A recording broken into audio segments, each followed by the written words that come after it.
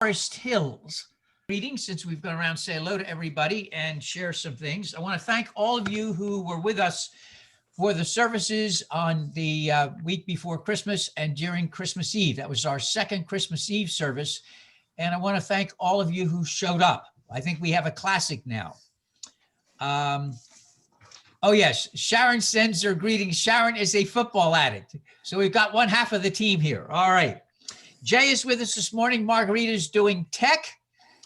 Elizabeth Hayes doing reading, and Angie's going to be reading for us this morning. I want to remind everybody the annual meeting is next time we meet, the 24th. We'll combine the annual meeting with the service. Let me remind everybody that the annual meeting is totally transparent. Everybody who's a member and a dual member gets a chance to vote. It's very open, and I remind everybody with a sense of humor that when you have no money, there's nothing really to argue about. And when you have no building, there's nothing to argue about too. I was teasing Serge yesterday saying, can you imagine what would happen if we had a building and we came time to repaint the sanctuary? You have no idea how many battles have been fought over what color to paint a sanctuary. It has nothing to do with religion, nothing to do with what you believe or what you think, where you are on your journey. It winds up with being power and ego. Anyway, since we don't have that issue, we don't have an endowment, we don't have money. In fact, you'll be glad to know the proposed budget is $2,000 less than it was before we had COVID. Can you believe that? That's a big surprise. So COVID is an interesting twist with us. We'll send out the proposed budget this week. Everybody has a chance to look at it and make commentary. It's open. Everything is transparent. We'll talk quick about membership. Membership is open to anybody who wishes. We have members. Dual members are people who belong to All Souls and another faith community. We really realize there are people who belong to many faith communities. You're not limited when you come to All Souls. From the very, very beginning, we felt that there were more wells to be drunk from. And so if you found another fellowship that was helpful too, fine. We kept it very, very open from the beginning. And if you're not a member, all you need to do is email me, and it's very, very simple. And you go from being a friend to a member. There isn't much difference except for the fact you get to vote. So dual members, whatever you wish, it's completely open. And this year, as a result of Zoom, we've tripled our members and friends, which is new for us. We're up to about 100 members and friends. So it has been very, very helpful. And like today. We've got a bunch of us here today. You know that we've been a building down at the JCC, been too cold, to this, to that. And here we are today as a group from all over. We've got Florence, South Carolina, Port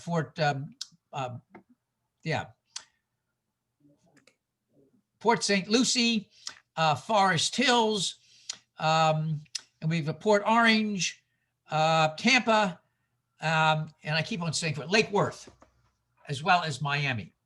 Okay, having said that, let me remind everybody, if you have a chance to get a vaccine, this is not an anti-vaccine group. We highly, highly strongly urge you to get the vaccine. Having said that, then let's sadly light our memorial candle in memory of all of the thousands that have passed this already in the new year. The virus is raging everywhere. A new variant has come into the country. We light our memorial candle in loving memory of those known and unknown to us everywhere, not just in the United States, but throughout our planet. May they be blessed, a blessed memory. May they rest in peace. We send our love, our thoughts, and for those who wish, deep prayers. We begin then with our African kids from Uganda wishing us a new year. Our great kids from Uganda, they're all orphans, and they're in a very, very poor village, and they've learned to dance, and that's the way they celebrate that they've got new people. They've got teachers now coming in to teach them, and they celebrate. And I don't know about you, they have more moves at 4 and 5 than I've ever had. Did you see the joy? Our call to worship is going to be led by Elizabeth Hayes. She will read the first part, and then I will read with you, while you're muted, the indented part in caps. Elizabeth, if you'd start us off. Good morning. Again, Grammarly helps you be concise. If your tone might make someone feel like this, Hold on.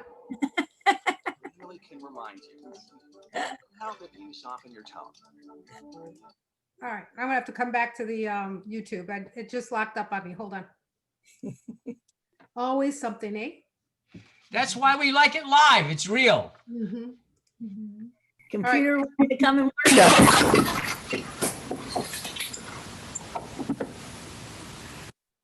Right, here you go.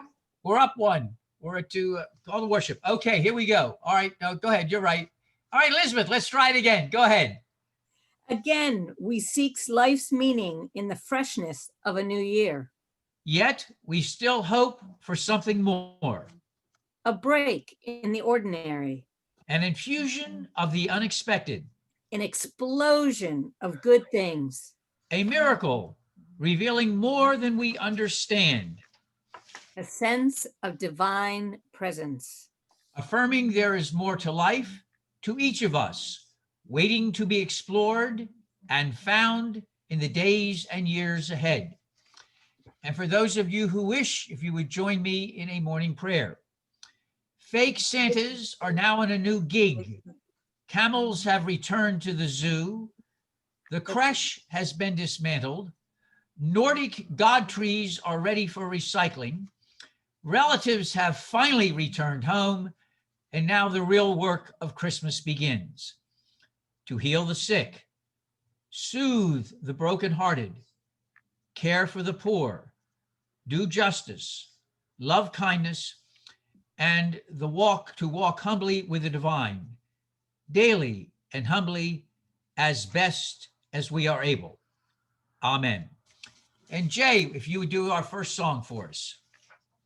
It's been too long, Jay. It's great. Great to have you. All right. Elizabeth is going to read a reading from Michelle Obama. You may not always have a comfortable life, and you will not always be able to solve all of the world's problems at once. But don't ever underestimate the importance you can have, because history has shown us that courage can be contagious and hope can take on a life of its own. Thank you. And Angie Hill is going to lead us in the responsive reading for this morning. She will read the beginning, and then we will read the indented. Okay. All the great things are simple, and many can be expressed in a single word: freedom, justice, honor, duty, mercy, hope. Okay, I did it the other way around. So we're going to read the other one on the outside, everybody. Hope lies in dreams, in imagination, and in the courage of those who dare to make dreams into reality. Hope is the thing with feathers that perches in the soul and sings the tune without the words and never stops at all. The very least you can do in your life is figure out what you hope for. And the most you can do is live inside that hope. Not admire it from a distance, but live right in it, under its roof. Hope can be a powerful force. Maybe there's no actual magic in it, but when you know what you hope for most and hold it like a light within you, you can make things happen, almost like magic. And then the next two readings will also be by Angie. Whatever happens to you, don't fall in despair. Even if all the doors are closed, a secret path will be there for you that no one knows. You can't see it yet, but so many paradises are at the end of this path. Be grateful. It is easy to thank after obtaining what you want. Thank before having what you want. Jalal ad-Din Muhammad Rumi, 13th century Sufi poet. Suffering produces endurance, and endurance produces character, and character produces hope, and hope does not disappoint us. Paul in his letter to the Romans, 50s CE. And Jay, you're back again. Jay, it's good to hear your voice again. It's good to be with you guys again. Grant us, we ask, to speak, to hear, and to learn, so that our fears may be banished, our minds may become enlightened, our faith be increased, our steps directed towards you. I was sharing with the class yesterday that I remember there was a time not too long ago when I was a teenager that I was reading. I saw the looks you all gave me. All right, a long time ago when I was a teenager, I remember reading in books about the 13 and 14 and 15, 1600s, when you read about Europe, and you read about sieges, cities being under siege, and the great plagues breaking out. And I would often wonder, gee, what it was like to be living back then. And then, this year happened. It's like nothing's changed. It is absolutely like nothing's changed. The plague everywhere, cities under siege. The governor of Michigan is about ready to be assassinated, or whatever was going to happen there. And then what happened last week? If you would have told me what happened last week was ever going to actually physically happen, I wouldn't have believed you. Plagues, cities under siege, massive social disruption. Mid-March.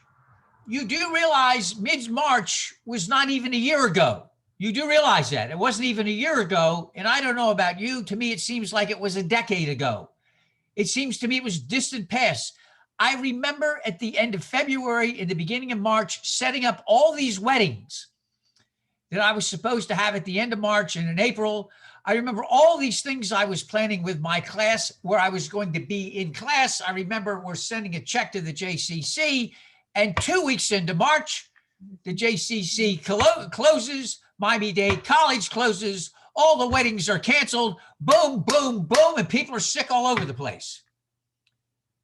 That's a lot. And it reminds me of that very, very famous quote that I share with my college classes. We are born naked, wet, and hungry, and then things get worse. Yes, we are born naked, wet, and hungry, and things get worse. Yes, yes, yes. And I'm looking at this stuff. Businesses are closing. Schools closed. The JCC closed. All Souls is closed. And suddenly we are on Zoom. Who knew what Zoom was? I heard the name, but I never even knew what. I thought, I had no clue. Zoom? Really? And I am told by Miami-Dade County, you've got a week. Aren't we lucky to prepare for all of this? And All Souls goes, well, let's talk about this. We don't have a choice, do we? And the next thing you know, by the end of March, All Souls is virtual. My classes are virtual. We're wearing masks. I mean, this was wild, absolutely wild. In the meantime, you and I saw a complete and total collapse of presidential authority in dealing with a disaster. We saw behavior that literally defies description. There is a famous phrase in AA and NA groups, denial is not a river in Egypt. Well, I'll tell you, the denial about COVID, the way the presidential authority dealt with COVID, I should say, didn't deal with COVID. The me, it's all about me, stuff like that. And meanwhile, the country has no ventilators, no masks. People are begging for help. And you get these tweets. Tweets is the way we're running the country. Tweets. Well, if you voted for me and you're nice to me, you'll get ventilators and you'll get the stuff. If you're not nice to me, we'll wait. A complete and total moral collapse. Narcissism run amok. And then you get a denial and misplaced priorities. And then we have a new vocabulary. I love these words. Do you know the word Blursday? Blursday means one day runs into the next. Did any of you lose days during the week? Oh, come on. I know you did. I'm sure days ran. I remember saying to Maria on Thursday, is this Sunday? And it's not because I'm demented. Thank you very much. It's not because I'm like, look, we all know I was born just about time dirt appeared on the planet. I got that. But I was not out of my mind. Believe me, days ran into themselves. You know that. I know you did. My students, reality check. My students had that happen all the time. Days got mixed up. You just didn't know what was going. Social distancing. I mean, who ever heard of social distancing? That was a whole new word. Super spreader. I thought that was a fertilizer for agriculture. I know that's what you put on the back of a tractor and you go out on fields back in the day, you know, when they did fertilizer, right? That's what they did have a thing like that. You put this big thing on the back of a tractor and it spread stuff. Yes. No, super spreader is like when you invite all these people to the White House with no mass social distancing, or you have that big biker event in South Dakota and you get zillions of people now getting the virus and spreading it to everybody else as well. PPE. Lord only knows what that could mean. And it turns out personal protection equipment. Moving right along, remote learning. You know, that sounds like something from Star Trek. You know, we're doing remote learning, some science fiction thing you've read someplace. Zoom at you, it took off. And now, my favorite one, are you ready for this? You ready for this one? Doom scrolling. This is when you and I get on the internet, or God forbid you lose one of these. Do you realize that life used to exist without one of these things? You do realize that. Have you ever realized if you go into your room and you want to use the computer and you don't take your phone with you, nothing happens. You have to go to the other room and bring your phone in because you got to do certain things with the phone to get into certain apps. That's enough app. There were times when you didn't have an app. I remember when I was in college, this was about the time Pharaoh Khufu finished the Great Pyramid in Giza. The number one tech my sophomore year of college was, are you ready for this? Drum roll, Smith Corona came out with a portable typewriter. A portable electric typewriter. My students don't even know what a typewriter is. They have no clue what a portable electric, I don't know what I'm talking about. Does any of you remember a floppy disk? All right. And finally, another word that made it into our vocabulary. I hope you have a sense of humor. 4 Seasons total landscaping. Do any of you remember that great moment when a certain former mayor of a certain metropolitan area was going to hold a big meeting at the 4 Seasons, and he shows up instead by accident, he got it wrong, at the 4 Seasons total landscaping across the street from a crematorium and down the street from an adult bookstore. Yes, it's been quite a year. So I asked everybody to tell me what you thought, and let me share with you what a lot of you thought was bad. Let's see, I've got okay. Let me get to the bad parts. Some of you said the worst part of the year was a lot of fear. There was a lot of fear. A fear about you-know-whose behavior being unhinged, a fear about disease, a fear about what can you do, a fear about total lack of control. Some of you wrote, 2020 was stolen from us the whole year. COVID stole the whole year. Some others wrote, my household and several members of my family were positive. Unfortunately, I lost my aunt. It was a tough year for us. Somebody else rolled, bad is not being able to celebrate with friends and family. And so there was a great feeling that we missed social contact, a lot of fear, and a lot of concern about people dying and getting sick, and things were out of control. And the reality is our society, I think, found it was more hung up on being in control of things than we realized. I think a lot of us learned that, you know, we got more hung up on trying to be controlling around ourselves than we realized. And I don't mean that badly. It's not a put down. I think most of us were shocked at how much we really, really wanted to be in control of everything. And we found out rather brutally we're not. But there were some things that were people very, very happy for. And I thought this was interesting too. For me, 2020 pushed me onto online access of more cultural offerings than I would have bothered and otherwise looked at. People suddenly found there were all kinds of things they weren't aware of. Okay. I learned how to live with myself a simple life. All the Zoom meetings we've gotten to be a part of and things we've gotten to see that we wouldn't have been able to otherwise. My parents live in another city and have gotten to see their grandchildren perform, which they have greatly missed before. Zoom has enabled, though you haven't been able to see people personally over long distances, we're able to gather people together. Think about that right here this morning.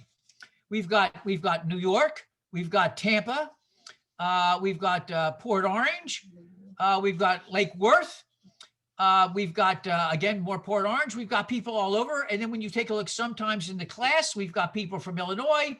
We've got people from California. My cousin from Munich often comes to church by way of Munich. We are able to reach out far, far more than we ever been able to before. The best of 2020 was being able to be by my boyfriend's side. Having him in my life has been a blessing, and having health with my family. A positive thought of a relationship, one of my former students.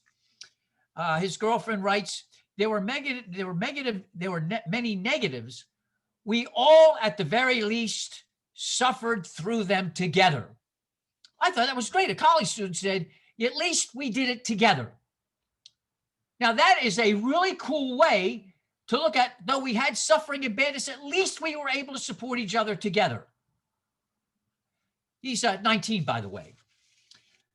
Here's another one from a classmate from college.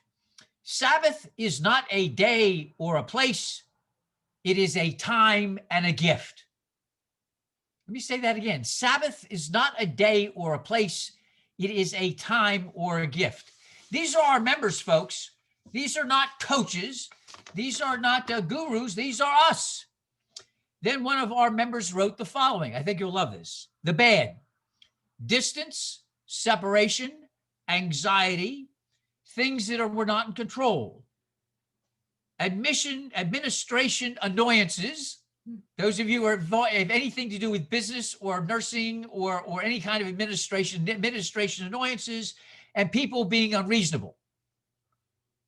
The good: being flexible, surrounded by positive people, finding lost hobbies, regaining interests. Netflix. Let me say something about Netflix. I discovered something on Netflix that absolutely cracked me up. Many of you know we've got lots of Hispanics in our congregation, probably at least half. My wife is from Colombia. What do I know about Spanish movies? Zero. Netflix has a whole category of foreign language movies. So Maria says to me, let's take a look at some Spanish comedies. I never knew that Spain has the market on some of the most outrageous films you've ever seen that are absolutely a riot. Who knew? I learned a whole new thing about another culture. The French tried, not so good. Forget the Germans and the English. Forget it. They absolutely impossible. I don't think their word humor is in the German language. Seriously. I'm glad Doug isn't here right now. I'm not sure but the Spanish are a quick scene. I know this has nothing to do with the sermon. A quick scene. You start out and there are these four sisters, right? Four sisters. They're looking at a screen. Their mother says to them, if you're looking at me talking to you, I'm dead. Now, here's the problem. You're my four daughters. Your father, who you thought was your father, couldn't be a father. So each of you have four different fathers. Your job is to find each of you who your fathers are. What was that? And off we went. It was crazy. The Spanish are nuts. nonstop, outrageous humor. Netflix, all right. Amazon has all kinds of interesting shows too. Experimental cooking. Some of you have taken up cooking. To say it is experimental is a kind word. Some of you have turned interesting experiments into, I'm glad we have paint. Some of you have pets. You have rediscovered the joy of having pets. And I have been shocked to know how many cats we have in this congregation. What is it with this congregation and cats? I mean, seriously, we had 20-some cats in the congregation. Love, rediscovering love. And she said, good medicine, good meds, and good meditation. These are from you guys. Really insightful stuff about the goods and the bads of this year, 2020. I have some other thoughts. This past week, surprises. Who would have believed Georgia did what Georgia did? I kept on saying, I wish, but I know it's not going to happen. I have another surprise for you. You've heard of Reverend Raphael Warnock, the pastor, the Reverend? He and I went to the same seminary. Yes, Union Theological Seminary, Columbia University's Divinity School. Who would have believed a 33-year-old skinny Jewish boy and the Reverend Doctor from Ebenezer Baptist Church in Atlanta would have done the thing that needed to be done? Talk about modern miracles. Surprise. Storming of the Capitol and an insurrection led by the President of the United States. I never in my lifetime ever expected to hear or see such a thing, ever. Surprise. I never have seen racism so blatant as when you saw the white, I was going to use an ethnic phrase, which I'm allowed to use, but many of you are not. I will be reverent. I will simply say certain whites of a certain class and disposition, is that politically correct, stormed the Capitol and were treated with kid gloves. Some of the people opened barricades, others took selfies. You saw some people helping them down the stairs. The leader of the Republicans in the House said, I don't want any of these people getting hurt. It's an insurrection. This summer, Black Lives Matter people, black and brown and their white allies, marched peacefully, pepper sprayed, rubber bulleted, and 400 and some arrests. Now look at that. It doesn't take a rocket scientist to see a bunch of black, brown, and white allies marching peacefully, being beaten with batons, pepper sprayed, and rubber bulleted, versus a bunch of people storming, beating windows in, beating people, disgracing everything, disgracing the Speaker of the House's office, treated with kid gloves, and they're white. And you say, really? One thing that was a surprise is the number of people in this country who were in the middle of the spectrum who said this was outrageous and saw immediately the disparity. I was surprised at the number of Americans who saw the disparity immediately between the whites attacking the thing and the treatment of blacks and browns and whites this summer. They saw it and they called it out. That surprised me. That really surprised me that people finally are getting it. Another surprise. Twitter and Facebook finally seem to realize you don't govern a country by tweets. Excuse me. Getting a little riled up. You know, you don't govern a country by tweet storms. That's another new word, tweet storms.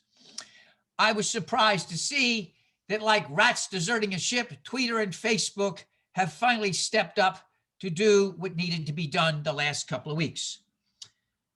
Surprise, surprise. Again, it takes a massive horror story for America to come together. for America to come together.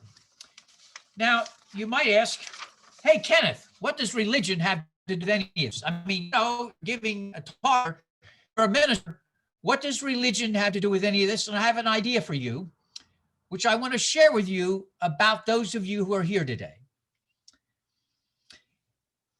It's important for me to be in a faith community where I can have a tapestry of things I can put together to get me through. Let me make that concrete. I find in Hinduism, in the very, very ancient Vedas, a reminder that there are consequences for what you do. The old, you reap what you sow, what goes round comes from not Jesus, but it comes from ancient Hindu writings 4,000 years ago, who noticed there are consequences to your behaviors, good, and consequences to your behaviors, bad. The problem we have in the United States is we want everything done yesterday. But the reality is there are consequences. And I think we need to remind ourselves of that. The second thing is, and I'll get to this in a minute with Buddhism, Hinduism reminds us that not all meditation is quiet and seated. Meditation can be exercise. It was the Hindus who the first ones to talk about exercise is a form of meditation. Exercise can put you into a zone. Exercise can lower the blood pressure. Exercise can do all of those things which get you out of your horrors and get you out of your fears. The Hindus were the first ones to write that down. Buddhism. A lot of you love Buddhism. Let me say that to be a Buddhist that appreciates calm and appreciates meditation and appreciate detachment, you have to have a certain genetic structure. You have to be able to be calm. You have to be able, I can't be calm. Are we clear about that? It is not genetically possible for me to sit still and be calm.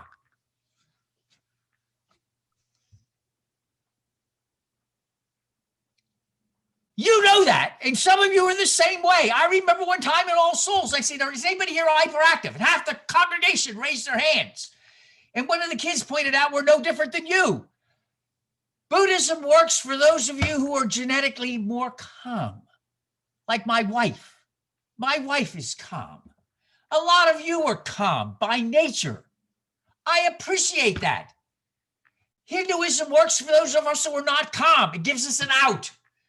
For Buddhists, those of you who are like to detach and be seated and quiet, it is part of your tapestry. One thing I think we can all agree Buddhism also suggests is simplicity. It's nice to try to keep things simple. Taoism is the group that 4,500 years ago said, chill, things ebb and they flow. Just as you have horror stories here, they will ebb out and new things will come in. That just when you think that the light at the end of the tunnel is only the headlamp of the oncoming train, relax. Remember, even in the darkest, there is always a speck of light somewhere. Somewhere you'll see a speck of light, even if it's one star in the sky. Things ebb and they flow. And it always happens. Light gives into dark, dark gives into light, night gives into day, day gives into night. Health, sickness, they ebb and flow. Zoroaster reminds me, be real, evil exists. I was taught dualism is a bad thing, but the reality is we have good sides and we have bad sides, and you know that. And Zoroaster says, don't try to hide bad behavior and evil under a bushel basket. And I'm not talking about being a Calvinist and suddenly screaming at everybody with original sins, you need to be washed in the blood of the Lamb. I'm not talking about that. I'm talking about we need to be realistic that there are people that are just bad and there are evil things that happen. And we need to acknowledge that. That's part of existence. And wishing it away does not make it go away. What you need to do is act and do stuff that are good and kind. Talking is cheap. You need to do it. I like Rumi, Sufi prayers. Famous prayer by Rumi. I have my students cut it out and I tell them to put it anywhere you can find it. Sorrow prepares for joy. That famous poem argues, hey, you're upset about sorrow. Really?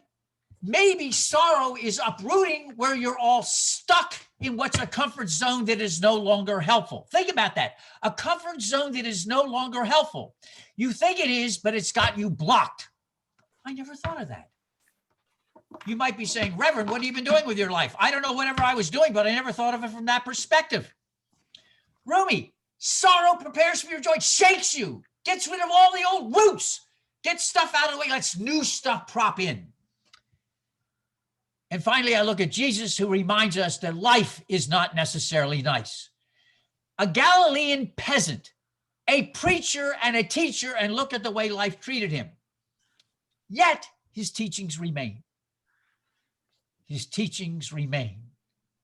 His teachings remain. So I hope when we look at weeks like this, you will appreciate that we are in a faith community that celebrates a tapestry. Each one of you can look at a variety of faith communities and make a tapestry that grounds you and gets you through. Ancient Hinduism has so much to offer. I'm not talking about that modern day junk that you're seeing in India today. That's an aberration. I'm talking about classic Vedic thought.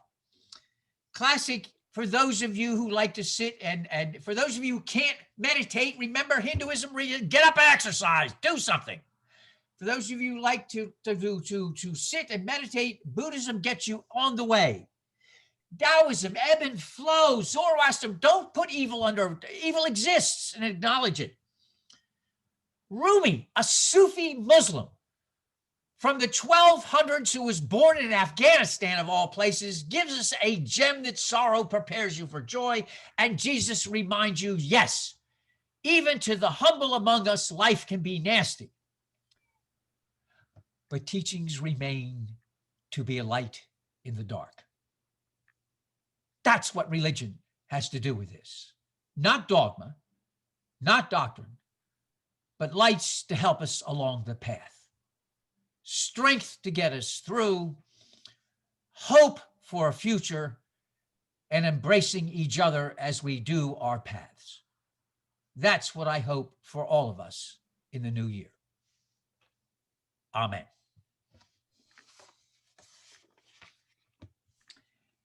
And we're waiting for you again. Give us some music, Jay. For those of you who might have not met Jay yet, Jay was with us from the very beginning, for years and years and years, and he had a band that played with us at All Souls, and they had a breakout 2 years ago, and they're all over the place all the time. And from time to time, a couple of times a year, he has a Sunday off, and he comes back with us. He's still part of us, and we were there when we was just beginning, just getting going. And Jay, your voice is as good as ever. Thank Good to you. have you with us. Good to have you with us. Glad to be with you guys. Jesus brought with him a very ancient tradition. And from the very beginning at All Souls, we adopted the Jewish approach, the Bedouin approach, a very ancient approach to the meal.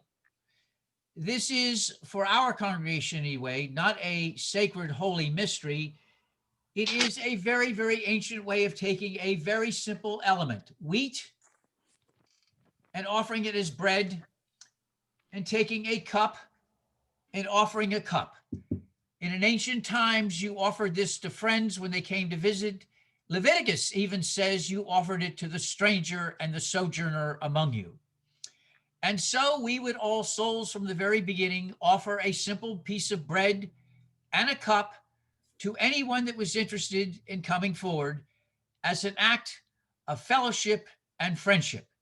All were welcomed. For a variety of reasons, this did not work for everyone, but we wanted to be sure everybody was included. So thanks to some of our members, we figured out a best way to do this. Before we parted, everybody would come forward, a big, big circle, and then I would ask you to repeat after me at home. Somehow we got these words together and have been using them for years. ask you to repeat after me. Promise me you'll remember. You are braver than you believe. You are braver than you believe. Stronger than you seem. Stronger than you seem. And smarter than you think. And smarter than you think. Than you think. God didn't promise God didn't promise days without pain, Days without pain, pain, laughter without sorrows, laughter without sorrow, sorrows, sun without rain. sun without rain. without rain. But the divine did promise But the divine did promise strength for the day, strength for the day, Day, comfort for the tears, comfort for the tears, tears, and light for the way. and light for the way. Before we go, a couple of things. First of all, the black chip. We started this off right from the very beginning too, and I'm not sure how we did that either. It's been 16 years. I forget how we did this. For those of you who said, don't they use that at NA and AA? Yes, we stole it. I wish I could put it another way. We stole the idea. In NA and NA, you can't leave if you've got something bothering you. You've got to take a black chip to work on it. I'm not sure how we got this here, but we did from the very beginning. Does anybody have one to return? Does anyone have a black chip to return? Does anybody need to hold up a black chip? Ah, Margarita and Maureen are holding up black chips. They're returning them. And all right. If you don't have a black chip and you want one, you email me and we will send you a few. Does anybody need to pick up a black chip? All right, Margarita and Pat. All right. All right. We will see them next time. Now, before I have a concluding prayer, a final word about the last song. We're going to reinterpret it. Originally, it was a very, very old song, long before Robert Burns wrote it and typed it up again. And then he put it out and it became kind of a mushy song when you've had drinks together to remember the old days. Then it took on a life of its own. So at the end of the old year, you begin a new year, people would sing this regardless of cultures. You find it sung in Hong Kong, in all kinds of places around the world. I would like us to do this as remembering that all of us had pasts, and somehow all of those pasts have come together here in All Souls. We celebrate our pasts, we celebrate our beginnings together here, and we look forward from here to more beginnings and more new things in the beginning of 2021. We re-imaged the song. And before we hear it sung from Ireland, even though it's Scots, let me have a concluding prayer.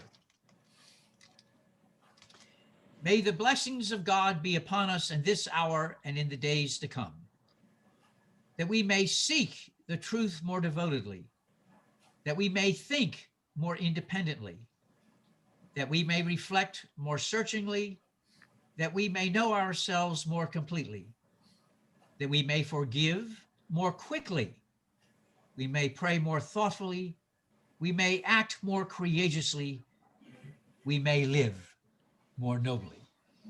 And now from the choral scholars of the University College of Dublin.